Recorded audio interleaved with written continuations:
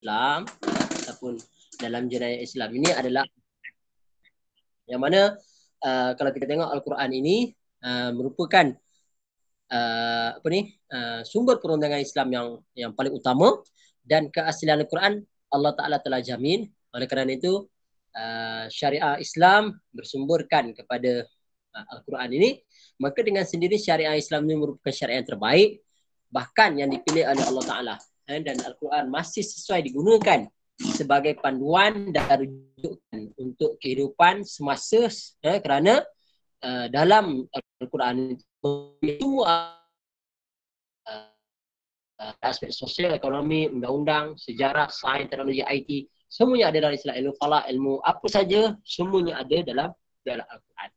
Allah Ta'ala dimension.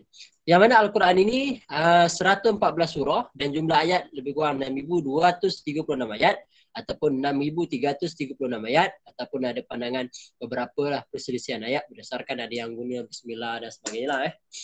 Dan daripada jumlah tersebut, lebih kurang 500 ayat sahaja yang berhubungan dengan perundangan. Dan selebihnya menjelaskan tentang persoalan akidah dan juga persoalan pembentukan akhlak. Jadi sebenarnya daripada 6,500 je tentang berkaitan dengan hukum. Dan dalam kebanyakan aspek perundangan, Al-Quran didatangkan dengan nas secara prinsip-prinsip secara umum dan kaedah kuliah supaya mana secara sempurna hukum-hukumnya dapat diperkembangkan. Maknanya Islam letak secara umum dalam kerangka umum. Contoh, kita kata Al-Quran letakkan aqimis solah, dirikan sembahyang. Tak ada dalam Al-Quran menceritakan sembahyang ni kena berdiri, kena kena rukuk, kena sujud, kena, tak ada. Yang Allah Ta'ala warka'u ma'arkain, rukuklah kamu bersama orang rukuk. Sujud sajidin. Allah Ta'ala sebut perkataan secara umum. Tetapi macam mana kaedah cara untuk kita nak semayang, itu diterangkan oleh baginda Nabi SAW. Begitulah dalam aspek perundangan Islam. Islam hanya meletakkan cara. Kalau kau berzina, kau hendaklah disebat 100 kali. Itu dia punya kata-kata predikat dia. Kalau kau berzina, yang dah kahwin direjam sampai mati. Mana ayat Ustaz? Ada ayat dia, tapi dihazabkan ayat hukumnya dipakai. Ni siapa yang buat ni? Ni masa zaman Nabi. Dan Allah Ta'ala yang cerita ayat ni dibuang, hukumnya dipakai. Hukumnya dibuang, ayat dipakai. Tengok keadaan itu dalam pengkajian dalam ulumul Quran. Yang kedua, kita kata as-sunnah. As-sunnah. Itu silap tu as-sunnah. Yang mana as-sunnah ini segala yang disandarkan kepada baginda Nabi SAW. Apa benda yang kita kata ini Nabi buat, ini Nabi, aku tengok Nabi, ini macam ni para sahabat tengok, iaitulah segala yang disandarkan kepada Nabi, sama ada perkataan ataupun qaul, perkataan Nabi. Apa yang dikata? Sallu kama ra'aitumuni usolli. Semayanglah kamu sebagaimana tengok aku semayang. Itu sunnah Nabi. Dibuat umrah, maka Nabi arahkan sahabat untuk bayar dam lah, sembelih kambing. Seorang sahabat pun tak ada nak ikut apa yang Nabi suruh. Tetapi isteri Nabi SAW apa kata, ya Rasulullah, engkau buat dulu. Bila Nabi buat, barulah sahabat buat. Nak tunjukkan kadang-kadang sahabat ni dia tak faham apa benda yang arahan Nabi tu. Tapi bila Nabi buat, maka ia sahabat pun buat. Jadi perbuatan-perbuatan Nabi, banyak perbuatan-perbuatan Nabi itu adalah sunnah. Tapi ada yang kita boleh buat, ada yang tak boleh buat. Kahwin lebih daripada 4 satu masa, Nabi buat, tapi kita tak boleh buat. Itu khususnya pada Nabi. Dan yang ketiga, pengakuan atau takrir Nabi. Takrir maknanya Nabi diam. Sahabat makan dok, Nabi diam, tak nak komen. Tak adalah Nabi kata, apalah kau makan teruk sangat, makan ni. Tak ada. Nabi diam menunjukkan benda tu boleh dimakan. Harus dok. Dok ni biawak pada basi. Sifat kejadian dan riwayat hidup baginda. Apa-apa yang berkaitan, itu semuanya sunnah. Sebelum dan sesudah baginda menjadi Rasul, sebelum 40 contohnya, apa-apa yang Nabi buat, Al-Amin sebagainya. Semua tu. Dan sunnah diriwayatkan daripada para sahabat, tabi'in dan seterusnya hingga ditulis oleh para ulama mengumpul hadis. Dan sunnah juga merupakan wahyu daripada Allah, dan perbezaan antara wahyu Al-Quran dan wahyu As-Sunnah ialah Al-Quran diwahyukan oleh Allah secara menyeluruh, seperti lafaz dan makna. Ini Quran. Quran ni maknanya dia punya lafaz, makna tu semua daripada Allah. Lafaz tu pun Allah yang lafazkan dan juga makna pun daripada Allah Ta'ala. Sedangkan sunnah diwahyukan oleh Allah Ta'ala dalam bentuk makna saja dan dilafazkan oleh baginda Nabi Sallam. Contohnya perbuatan contohnya ayat Quran mengatakan wa ma yantiqu 'anil hawa in huwa illa wahyu yuha. Tidak apa diucapkan oleh Nabi melainkan semua itu adalah wahyu juga. Ini menunjukkan tak ada pun Nabi ucapkan itu daripada hawa nafsu Nabi. Itu ayat Quran. Okey, contoh perbuatan, sesungguhnya setiap perbuatan disertakan dengan niat. Ini maknanya Nabi menyatakan, Nabi menyebut, kan? Maknanya setiap perbuatan itu disertakan dengan niat. Kalau secara cara baginda solat, sallu kama ra'aitumuni usalli. Solatlah kamu sebagaimana kamu tengok aku sembahyang. Ini dalam aspek kita kata perbuatan lah. Tadi itu adalah percakapan, kata-kata Nabi. Perbuatannya tengok cara sembahyang. Perbuatan lah. Dan juga pengakuan. Mendiamkan diri, kita lihat sahabat makan bak sejenis biawak pada pasir. Alright.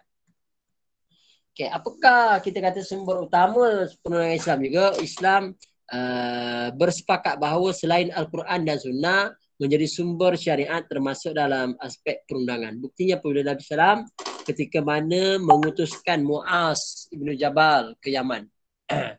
Nabi utuskan Muaz ibn Jabal ke Yaman sebagai gubernur Rasulullah SAW.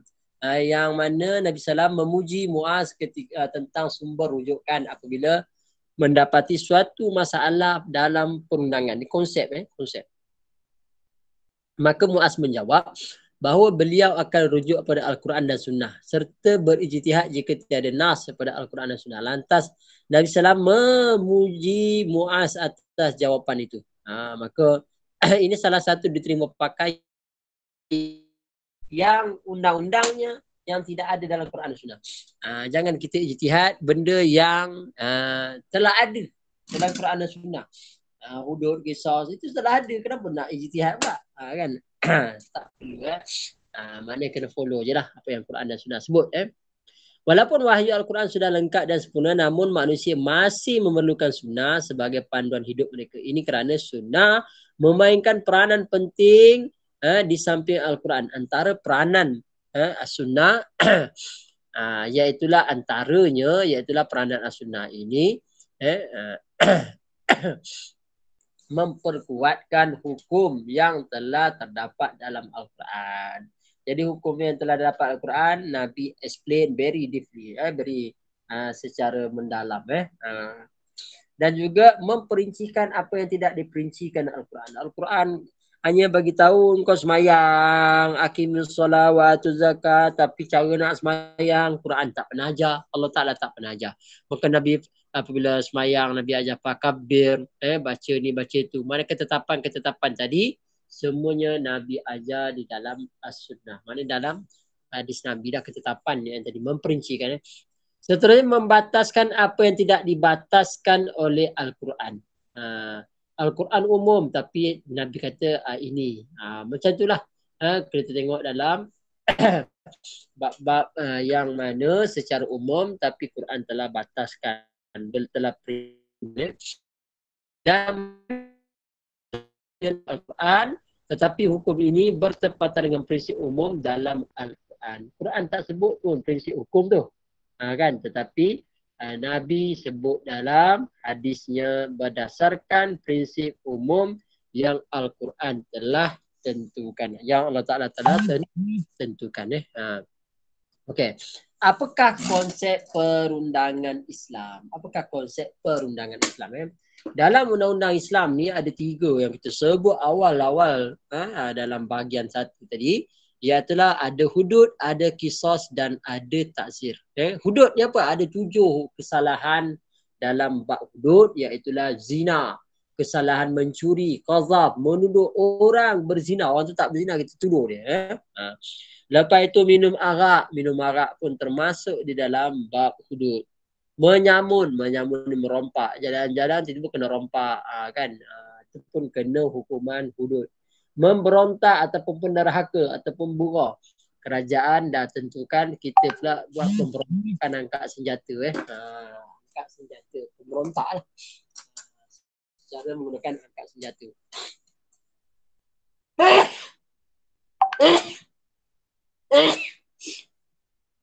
Dan juga murtad. Murtad ni keluar daripada Islam. Dia telah keluar daripada Islam. Maka dia pun dikenakan hukuman hudud. Kalau berzina, kalau belum kahwin sebab 100 kali, kalau dah kahwin rejam sampai mati, mencuri potong tangan kanan. Dia mencuri lagi potong kaki kiri, mencuri lagi tangan kiri, mencuri lagi tangan kanan. Kalau qazaf menuduh orang berzina ni disebat 100 kali. Siapa mana-mandai buat fitnah, kadang-kadang banyak fitnah ni. Orang tu tak buat. Ni banyak ni orang fitnah ni, orang baik fitnahnya. Ulama-ulama di fitnahnya. Maka kalau dia tuduh orang tu berzina, atau dia orang tu tak berzina dengan dia pun, dia tuduh. Banyak berlaku ni. Kita tengok dengar cerita Al-Qamah dulu kan. Dia orang baik tapi dia tuduh dia berzina. Ataupun cerita-cerita lain lah banyak. Ada berlaku. Minum arak ni sebab 80 kali. Kalau menyamun, potong kaki secara tangan bersilang. Kalau dia merompak, mana tangan kanan dan kaki kiri. Kalau merompak dan membunuh, potong kaki secara bersilang dan bunuh dia lah. Memberontak dan juga melakukan murtad lah. Okay, kisah ni jenis-jenis kesalahan membunuh dengan sengaja. Dia ada bunuh tak sengaja, bayar diat 100 ekor unta. Okey, mencederakan anggota badan dengan sengaja. Contohnya dia potong telinga kawan tu. Maka pemerintah Islam potong balik telinga dia. Siapa suruh kau buat kesalahan hak orang. Itu kisah. Dan yang ketiga dia panggil takzir. Jadi kesalahan selain berhudud dan kisah. Yang tak ada. Lampu merah kau langgar. Lepas tu kau tak jaga SOP dalam COVID. Apa sajalah yang anda lakukan. Maka itu dikenakan hukuman takzir. Maknanya ini ketetapan yang telah ditentukan oleh pemerintah takzir. Kalau hudud dan kisah itu Allah Ta'ala telah tentukan. Okay. Dalam bahasa Arab disebut jinayat ataupun jarimah. Al-jinayat ditakrifkan segala bentuk tindakan yang dilarang yang merosakkan atau sama ada tindakan ke atas badan, harta benda. Ini maknanya undang-undang masukkan dengan hudud, iaitu bahasanya menahan atau mencegah. Hudud ni kita had ataupun batas. Apa istilahnya? Seksa yang ditetapkan oleh dalil-dalil Al-Quran dan Sunnah yang wajib dilaksanakan sebagai hak Allah. Kadar hukuman tidak boleh dipinda. Ini hudud tak boleh pada pandai kau pinda, kau ubah suka tingkau je. Tak boleh. Mesti dilakukan hukuman hudud ni. Apakah konsep perundangan Islam kesalahan-kesalahan dalam hudud? Contohnya kita kata bab mencuri contohnya. Ambil satu dia. Perbuatan mengambil hak orang dengan cara senyap atau sembunyi. Mencuri barang yang dicuri tidak diamanahkan kepada pencuri. Kalau contohnya kita amanahkan kepada Mat kau tolong jaga barang aku, tiba-tiba dia mencuri. Dia ambil barang tu. Itu tak dikenakan hukuman hudud. Siapa suruh dia jaga? Kau dah percaya kat dia, tiba-tiba dia rupanya. Kan? Barang yang dicuri dari jenis tertentu. Bukan barang-barang curi botol kicap lah. Maknanya ada barang-barang tertentu lah. Maksudnya nilai kadar tertentu. Dan nasab barang yang dicuri. Barang yang dicuri dalam simpanan pemilik. Maknanya kita memang dah kunci dah. Kita dah mangga dah. Kita dah apa dah. Tiba-tiba dia curi juga. Maknanya ini ciri-ciri mencuri tadi. Hukuman apa? Potong tangan. Dan memulangkan semula barang yang dicuri. Jadi salah satunya maknanya apabila dia mencuri, potong tangan dan dipulangkan balik barang tadi. Dan dia hukum apa? Mengalami kecurian, menafikan tuduhan ke atas pencuri. Pihak yang ada kecurian tadi, dia tak ada, dia tak curi pun. Memang aku bagi. Itu lain lah. Tak ada, dia tak kena. Ataupun pencuri menarik pengakuan yang dibuat. Maknanya saya tak ambil. Dia tak mengaku pun. Dan barang dicuri adalah barang miliknya. Contohnya, dia sebenarnya mencuri barang yang telah dicuri oleh orang itu. Kan? Dia kereta dia kena curi. Dia pun cari, jumpalah. Dia pun masuk ke rumah orang tu, ambil balik kereta dia, bawa keluar. Lepas tu perompak tu kata dia telah mencuri. Orang ni telah mencuri. Dia kata barang aku. Sesal memang betul barang dia. Maka dia tidak kena hukuman mencuri lah. Tak kena potong tangan. Yang kedua berzina. Zina ni apa? Hubungan seks antara lelaki dan perempuan secara haram tanpa ikatan yang sah. Unsur-unsur zina ni apa? Fizikal. Bersetubuh haram. Fizikal. Niat. Dia ada niat. Pelakuan zina lelaki dan perempuan. Bukan hamba. Dia bukan buat dengan hamba. Dia cukup umur. Bukan budak-budak lagi. Berakal, dia tak gila. Dengan kemauan sendiri. Maknanya dia melakukan zina tadi bukan dipaksa. Kau kalau tak berzina, aku bunuh kau. Itu isu lain lah. Tapi ini bukan dipaksa. Hukumannya apa? Kalau dah berkahwin, rejam sampai mati. Kalau belum kahwin, 100 kali sebatan dan buang daerah 1 tahun lah. Kenapa buang daerah? Nanti orang kampung kata hari ni jahat sebagainya kan. Sebenarnya apabila dia dah kena hukuman tadi, Allah Ta'ala telah mengampunkan dosanya di akhirat, tak ada dah. Syarat penzina berkahwin apa dia? Berakal sempurna. Cukup umur. Bukan hamba. Memasukkan kemaluan dia. Pernah melakukan persetubuhan halal. Maknanya dia pernah kahwin lah. Syarat dia kalau yang tak pernah berkahwin. Okey, yang ketiga, qazaf. Qazaf ni menuduh orang yang baik melakukan tuduhan berzina. Contohnya tuduhan zina boleh berlaku lelaki dengan lelaki. Kita tuduh, dia ni telah liwat lah. Tapi orang tu tak liwat pun. Kita dah kena qazaf lah tu. Lelaki dengan wanita. Tuduhan zina. Wanita dengan wanita. Wanita dengan lelaki. Jadi tak boleh kita tuduh sebarangan kan. Kalau pihak berkuasa tak lakukan ataupun belum lagi memutuskan kesalahan, jangan kita pula meletakkan tadi.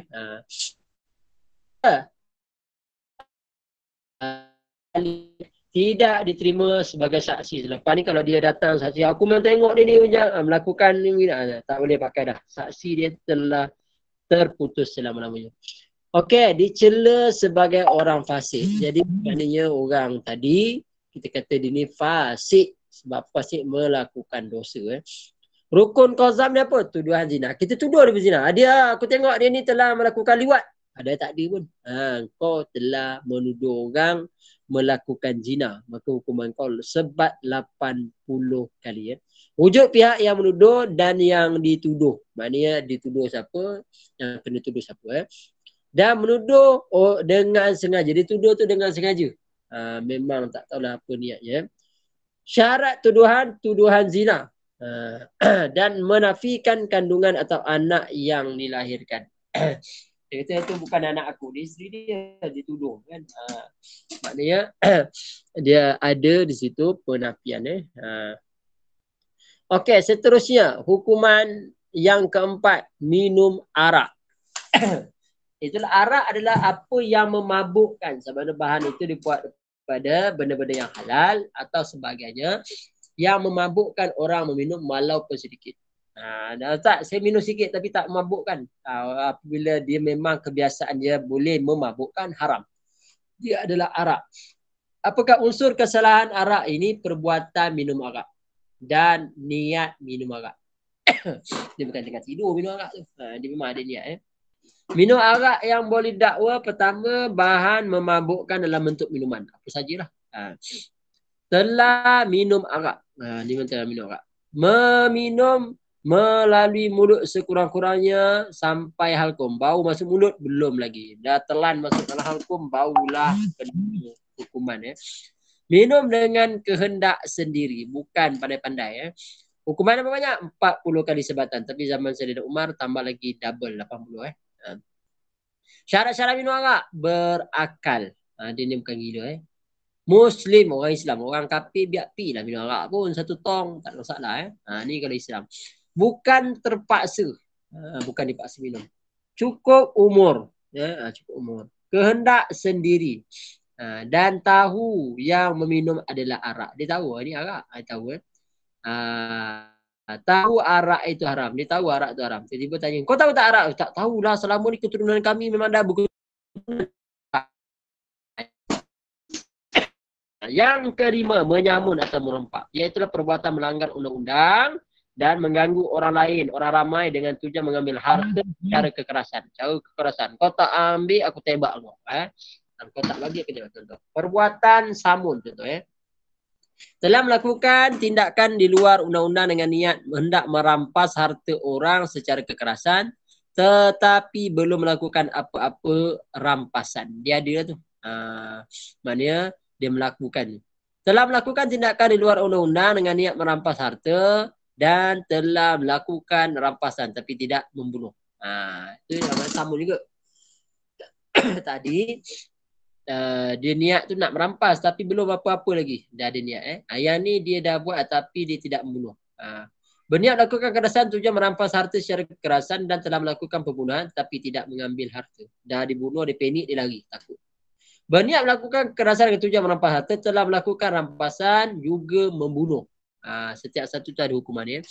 Menakut-nakut kesalahan tu menakut dan mengganggukan ketentraman awam. Dia menakut-nakut. Kau lalu sini kau kena dia gini. Dia bayar cukai lah apa macam-macam. Padahal bukan cukai kerajaan. Cukai di sini kat kampung tu. Kan kampung Batang Pisang, Samsing. Itulah takzir dibuang daerah dan 1 tahun. Bertaubat. Dibuang daerah 1 tahun dan kena bertaubat lah. Dia tak buat apa pun lagi. Ada niat-niat je. Dia kena buang. Yang kedua, merampas harta sahaja. Dia rampas harta. Orang tengah ni rampas harta dia. Potong tangan, kembalikan barang yang dicuri. Melakukan pembunuhan, dibunuh tanpa dipalang 3 hari. Dia adalah pelbagai pandangan dalam tu. Ini kita kata dalam bab iaitulah menyamun atau merompak. Dan seterusnya, kesalahan pemberontakan. Memberontak atau lawan kerajaan dengan senjata. Kalau demonstrasi secara aman, kan duduk dalam dewan, dalam padang secara aman tu, itu bukan buruh, menderhaka. Iaitulah melampaui batas. Iaitu sekumpulan orang Islam yang menentang pemimpin Islam. Pemimpin tu baik, adil, jaga solat berjemaah, jaga solat sebagainya. Itu tak bolehlah kita melakukan pemberontakan. Melakukan pemberontakan terhadap pemerintah serta enggan mematuhi peraturan. Pemerintah dah tetapkan dia lawan. Undang-undang yang dikuatkuasakan oleh pemerintah sama ada berkaitan dengan hak Allah atau manusia. Pemerintah tu kata senjata sebagainya. Memang kenalah. Elemen kesalahan pemberontakan, perbuatan menderhaka. Yang kedua, penggunaan kekuatan kekerasan, buat kekerasan dan niat nak memberontak. Perbuatan menderhaka ni, perbuatan menderhaka maksud menentang pemerintah atau berusaha menggulingkannya, tidak mematuhi perintah atau undang-undang yang dikuatkuasa dan tidak melaksanakan kewajipan yang tidak dianggap maksiat. Maknanya contoh pemerintah dah tentukan dah, tiba-tiba kita tak ikut. Tapi benda tu bukan maksiat. Maknanya kita kena ikutlah. Pemberontakan ditujukan kepada pemerintah Islam yang adil, yang tidak sepatutnya ditentang, adil atau digulingkan. Malah pemberontakan terhadap pemerintah yang fasik pun diharamkan. Walaupun pemerintah tu fasik je tu pun tak boleh. Sebab apa? Nak jaga kestabilan politik. Sebab politik kalau tak stabil, rosak kita huru-hara. Walaupun dengan tujuan untuk melaksanakan amal ma'ruf nahi mungkar, walaupun tujuannya macam tu, cakap elok lah, jumpalah. Nabi pun hantar surat dengan Hercules, hantar surat dengan Najasyi. Maknanya nak tunjukkan Nabi bukan melakukan pemberontakan, tetapi Nabi secara persuasif. Nabi mengantar utusan kepada pemerintah atau kerajaan-kerajaan besar pada ketika itu. Ini sebabkan pemberontakan memberi kesan lebih buruk dan tidak memungkinkan matlamat amal ma'ruf nahi munkar dapat tercapai. Contoh, berlaku pemberontakan di mana? Di Libya menjatuhkan kerajaan Muammar Gaddafi contoh. Satu masa dulu Walaupun Muammar Gaddafi dikatakan melakukan banyak perkara-perkara yang tak sepatutnya bertentangan dengan syariat Islam, tetapi rakyat dia memberontak akhirnya jatuh. Selepas itu lebih dahsyat lagi, hari ini mereka hidup dalam keadaan tidak ada pemimpin yang sebenar. Jadi dia melakukan pemberontakan tahun ini. Tapi kalau Ustaz, kalau melakukan pilihan raya, pemilihan raya bukan pemberontakan. Itu kita nak memilih pemimpin. Cara pilih itu hak kita nak pilih siapa. Maknanya itu tak ada masalah, tak timbul isu dalam pemberontakan sebab kita nak tukar pemimpin. Pilih pemimpin tu memang kaedah dia macam tu lah. Kena ikut lah. Itu tak ada kaitan Dan penggunaan kekuasaan dan kekerasan. Penggunaan kekuatan dan kekerasan maksud bahawa pemberontak mempunyai kekuatan pertahanan mereka sendiri serta mempunyai senjata. Ada senjata dia. Dan tentera yang dapat melakukan tindakan yang boleh mengganggu ketenteraman negara serta menciptakan kekacauan dan huru-hara. Ini yang dimasukkan. Dia gunakan dan untukkan pemberontakan dan menentang terhadap pemerintah dan tujuan untuk menggulingkan atau tidak mahu tunduk kepada pemerintah serta enggan melaksanakan kewajipan dan juga tanggungjawab bagi undang-undang peraturan yang ditentukan oleh pemerintah. Maknanya itu yang dimaksudkan dengan pemberontakan, niat pemberontakan dan seterusnya. Kesalahan-kesalahan tadi yang disebutkan wa in ta'ifatan minal mu'minina qatatalu fa aslihu bainahuma fa in baghat ihdahuma 'ala al-ukhra faqatilul lati tabghi hatta tafi'a ila amrillah fa in fa'at fa aslihu bainahuma bil 'adl wa aqsitu innallaha yuhibbul muqsitin. Riwayat Muslim. Dan jika dua pihak dari orang yang beriman itu berperang, sesama Islam ni berperang ni, angkat senjata dia, maka damaikanlah di antara keduanya. Jika salah satu pihak berlaku zalim terhadap yang lain, maka lawannya puak yang zalim itu sehingga kembali mematuhi perintah Allah. Dan jika kembali patuh, maka damaikanlah di antara keduanya dengan adil menurut hukum Allah, serta berlaku adillah kamu dalam segala perkara yang sesungguhnya Allah orang yang berlaku adil. Dan dalam konteks ini Nabi SAW bersabda, hadis riwayat Muslim, siapa yang datang kepada kamu dan pemerintah seorang laki-laki melemahkan kekuatan kamu dan jemaah kamu, bunuhlah dia. Maknanya kalau ada orang yang cuba melakukan pemberontakan maknanya ini contoh maka perlu kita damaikan. Okay, dan yang ketujuh hukuman hudud ini iaitulah murtad, iaitu orang kembali berpaling dari Islam dan menganut agama lain. Maknanya dia Islam dah tapi dia keluar Islam, murtad. Kan? Maka dia ada niat keluar dengan maksud tidak percaya Islam, tak percaya. Yang kedua dia niat tadi. Keluar dari Islam dengan tiga cara. Pertama niat, kedua perbuatan dia, yang ketiga kepercayaan dia. Apa hukuman dia? Bunuh sampai mati. Mana ada bunuh sampai hidup Syarat pelaksanaan hukum murtad, orang murtad berakal dan telah cukup umur dan telah diberikan nasihat supaya kembali berislam. Contohnya Pak Qadhi, Tok Siap, kau janganlah keluar dari Islam, kau fikir betul-betul. Allah Ta'ala Maha Pengasih. Tapi dia tetap juga. Dan disahkan murtad dengan pengakuan diri atau saksi. Dalam pengakuan diri telah aku dah tak percaya dengan Islam, maknanya mengakulah. Ataupun ada saksi yang tengok. Dia tak boleh, orang yang mengatakan dia murtad, dia tak keluar, dia tak boleh. Dia mesti dia punya sendiri tadi ataupun saksi lah tengok dia murtad. Hukuman bunuh, haram dimandikan, dikafankan dan solat ke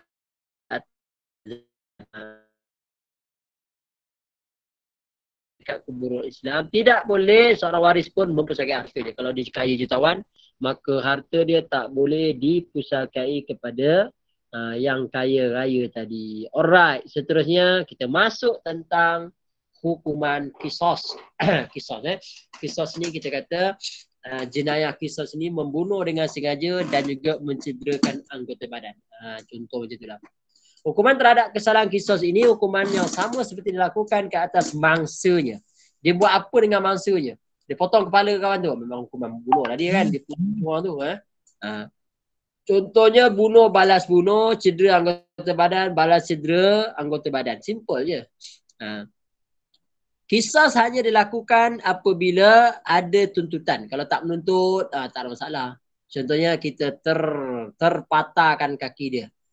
Dia kata, tak apalah Mat, aku maafkan kau lah, kau bukan sengaja. Okey, tak apa. Ada tuntutan. Dan ada mahkamah Islam yang mengadili. Maknanya mahkamah Islam. Kalau ada, boleh. Kalau tak ada macam sekarang ni, tak ada lagi. Tak ada lah. Ada peruntukan syariah Islam. Kalau ada, ada lah.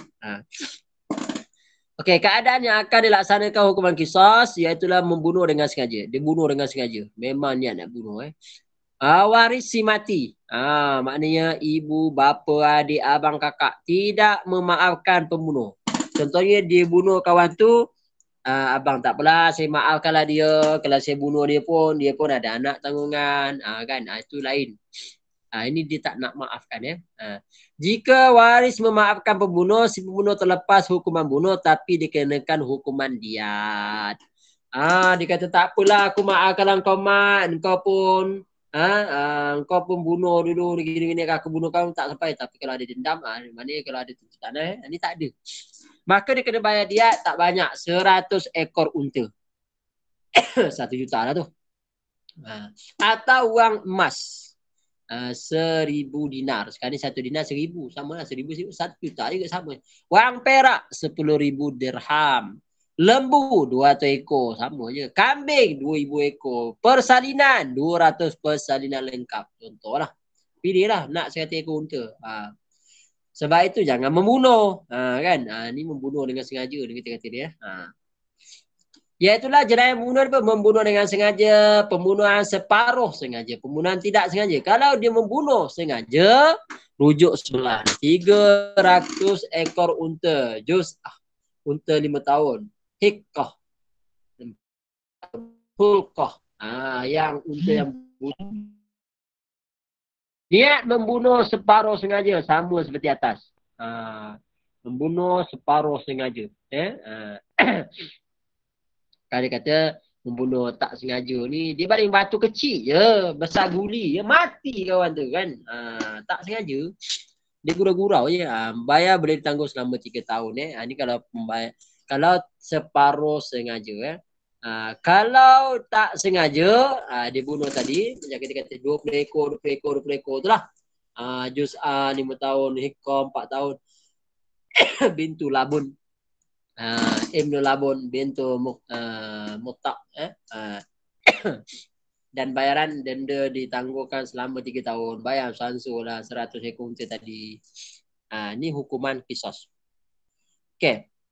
Bagaimana pula dengan perundangan Islam, iaitulah hukuman takzir. Hukuman ini menghalang penceroboh kepentingan awam. Itu takzir, itu kepentingan awam. Kepentingan individu tertentu oleh pemerintah atau mahkamah syariah. Contoh hukuman takzir yang tidak ditentukan kadarnya dalam Quran. Kalau hudud tadi, kalau zina, kalau dia murtad, semua tu ada dalam Quran. Dan kesalahan tadi, sabit kesalahan dalam mahkamah. Mahkamah telah putuskan, bukan senang-senang yang kita buat sendiri. Dan hukuman tidak dikenakan hukuman hudud dan qisas. Maknanya yang terlepas daripada hudud dan qisas. Jenis kadar hukuman takzir terserah kepada kearifan hakim. Terpulang pada hakim nak letak berapa. Bakal lebih tinggi daripada hudud. Kena tengoklah kesalahan tu macam mana. Dia tak boleh lah. Yang bunuh yang telah ditentukan oleh Allah Ta'ala. Selain itu tak ada hukuman bunuh. Yang Allah Ta'ala mention saja. Contohnya maksiat. Dia buat maksiat. Adalah kapal-kapal di tepi jalan kan. Pegang-pegang, senggol-senggolan, cubit-cubitan. Dia ada je. Kenalah tu maksiat-maksiat dia. Menipu atau pecah amanah. Kan. Seterusnya kesalahan lalu lintas. Kesalahan cyber. Buat tidak akta penipuan ataupun mengedarkan berita tak sepatutnya. Kesalahan bioteknologi. Kesalahan perdagangan. Kesalahan alam sekitar, hidup dia. Dia bela harimau tanpa lesen. Kan? Judi, rasuah. Ini semua. Jadi Islam antara hukuman takzir yang boleh dikenakan seperti al-wa'zu, beri nasihat, taubik, memberi celaan secara rasmi. Kita mencela secara rasmi mengancam dan menakut-nakutkan. Al-hajr, hukuman pemelawan atau boycott. Tasyir, perisytiharan terumum terhadap hukuman dikenakan. Al-qaramah wal musadarah, hukuman denda, rampas harta dia. Rasuah, maka harta dia dirampas ya. Al-habs, penjara. Al-jal, hukuman sebat. Ta'zir wal qatl, hukuman takzir dengan dibunuh. Kan? Jadi ada hukuman-hukuman dalam Islam. Jadi konsep perundangan Islam ni antaranya takzir ni sebat dalam jenayah hudud, hukuman sebat, dan sebat dalam jenayah takzir. Kadar sebat tidak boleh melebihi hukuman hudud. Yang dibenarkan hukuman bermula 1 sampai 39 saja. Sebab hukuman hudud 40 kalau dia minum arak. Kan? Alat sebatan, rotan, pelepah tamar, kayu ranting, hujung kain. Boleh. Nak sebat guna apa? Orang ini sebat, kalau sebat konvensional guna ekor pari. Kan? Cara melakukan sebatan sederhana. Tidak boleh mengangkat tangan hingga ke paras bahu atau tidak menampakkan ketiak. Maknanya 90 darjah je. Kau kebas dalam 360 darjah. Zalim tersebat keluar kulit. Dan sebat berturut-turut. Tak boleh sebat hari ni, tahun depan pula. Tak ada. Anggota yang boleh dipukul, semua anggota kecuali muka, kepala dan dada. Dada tak boleh, muka tak boleh, belakang boleh. Kadang lelaki menutup aurat disebat secara berdiri. Wanita menutup aurat duduk. Pesalah yang mengandung, tunggu melahirkan anak. Tak boleh kita terus hukum. Sembuh dari sakit bersalin, sembuh dulu. Suci dari nifas, telah kembali tenaga. Dia dah sehat kembali. Alright, itu saja yang dapat kita sampaikan pada hari ini tentang jenayah dalam Islam. Wallahu a'lam.